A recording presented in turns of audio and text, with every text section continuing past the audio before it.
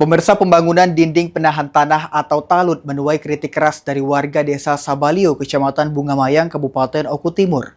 Proyek yang menelan anggaran hingga puluhan miliar rupiah ini diduga tidak dikerjakan sesuai spesifikasi teknis.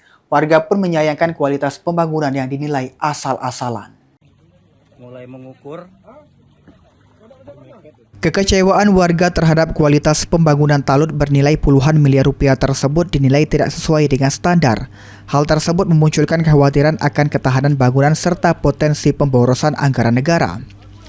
Warga desa Sabalio, Kecamatan Bungamayang, Kabupaten Oku Timur mengkritisi pembangunan talut penahan tebing yang diduga dikerjakan tidak sesuai standar teknis.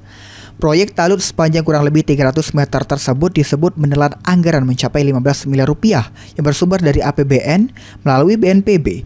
Pembangunan diketahui telah berlangsung sejak Januari hingga akhir tahun 2025 kemarin. Menurut salah satu warga, Hamid, menilai kualitas pekerjaan talut tersebut jauh dari harapan.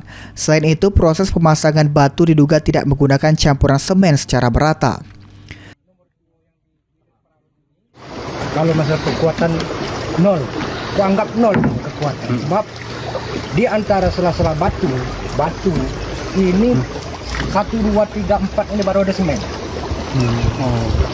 Itu bisa dibuktikan, Pak? Bisa dibuktikan. Satu, yang kedua, masalah itu semen ini memang banyak semen, tapi semen ini nggak sesuai di tempat. Jadi kami masyarakat di sini kurang yakin dengan bangunan ini. Sementara itu, pemerintah setempat belum bisa memberikan keterangan terkait pembangunan talut yang mendapatkan kecaman keras dari warga tersebut. Francisco Arikarwana, PAL TV.